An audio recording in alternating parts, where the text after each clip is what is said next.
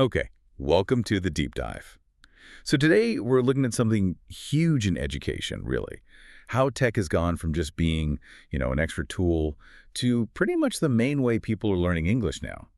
Our sources, they're really clear on this. It's not just about fancier flashcards. It feels more fundamental, like it's opening up fluency to way more people, breaking down those old barriers like distance or cost. Oh, absolutely. It's kind of staggering when you think back. Just maybe 10, 15 years ago, learning English seriously meant, well, juggling school schedules, buying piles of textbooks. Maybe you had cassette tapes or CDs. Yeah. And remember carrying those little pocket dictionaries. I definitely did learning Spanish. Just that friction of looking up every single new word. All that physical stuff. Yeah, it was a massive drain on time, energy, resources. Now, the whole learning world is right there in your pocket.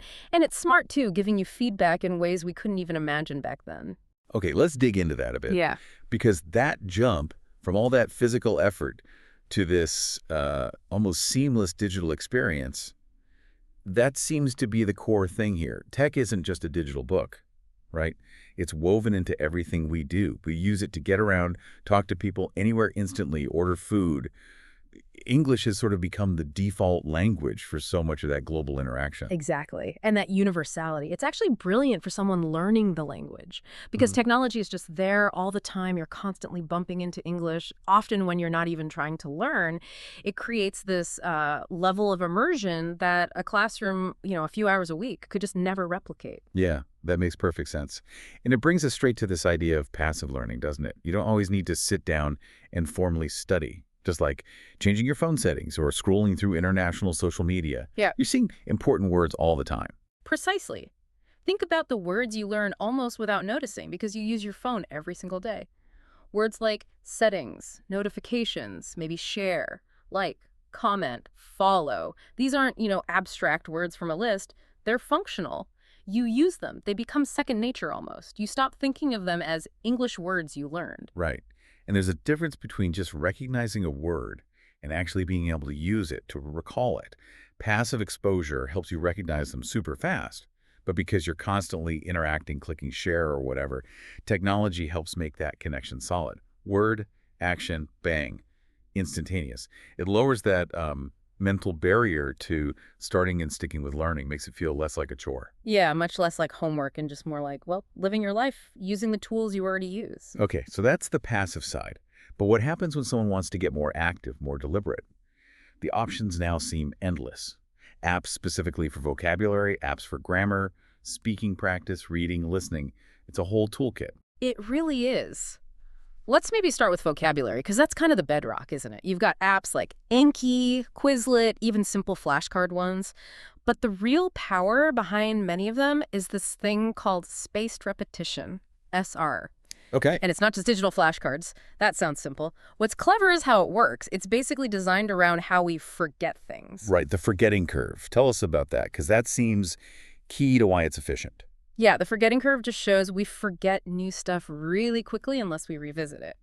Now, a human teacher, they can't possibly track that perfectly for hundreds of words for every student. It's impossible. But SR algorithms, they track your personal forgetting pattern for every single item. And then the clever part is it brings that word or phrase back to you just when you're on the verge of forgetting it. That timing is what helps move it efficiently from your short-term recall into proper long-term memory. So it's like a smart tutor that knows exactly when you need a reminder for each specific word, saving you time reviewing stuff you already know well. Exactly. It cuts out potentially loads of wasted effort. Maybe even, 80% of the time you might spend just drilling things randomly.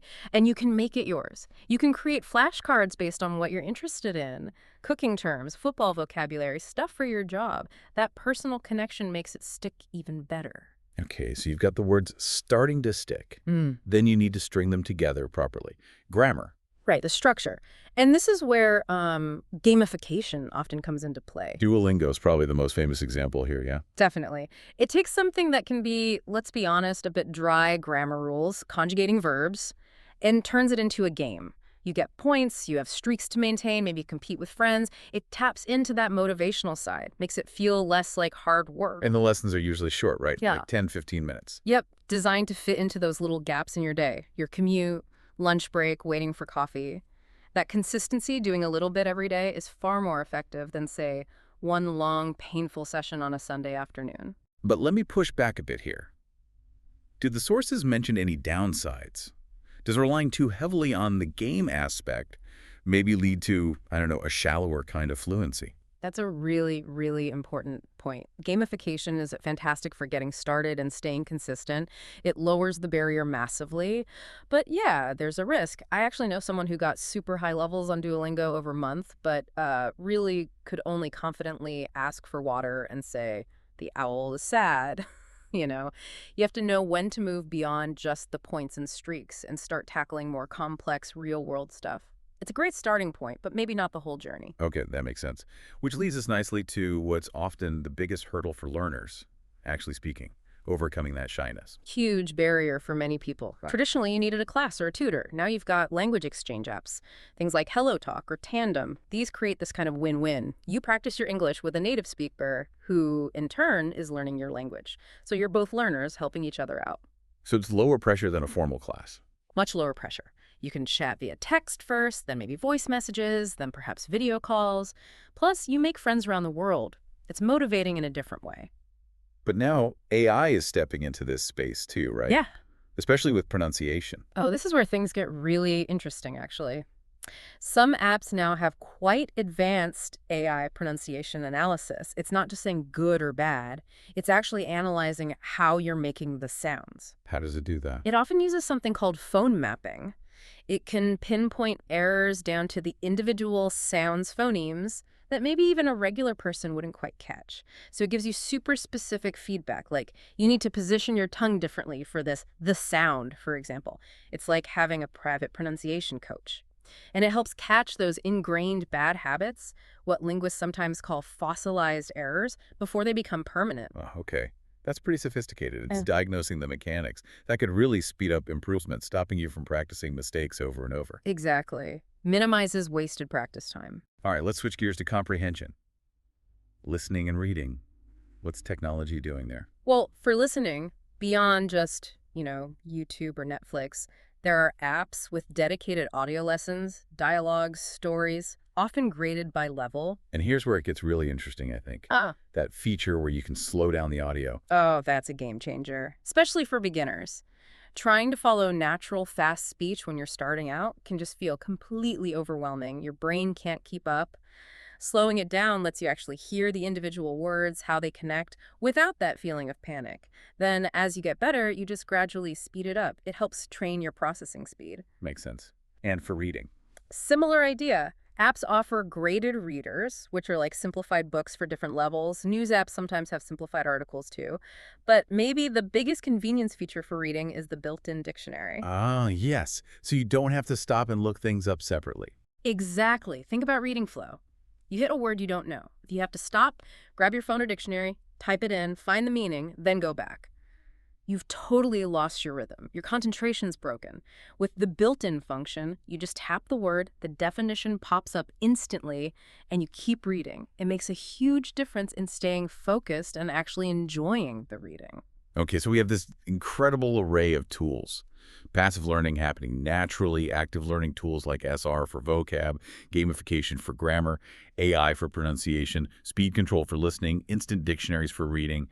Given all this, what's the best way for someone to actually use these tools effectively? What's the core advice? I think the absolute number one thing is still consistency, but it's about smart consistency. First off, don't get overwhelmed and download 10 apps at once. That's a recipe for disaster.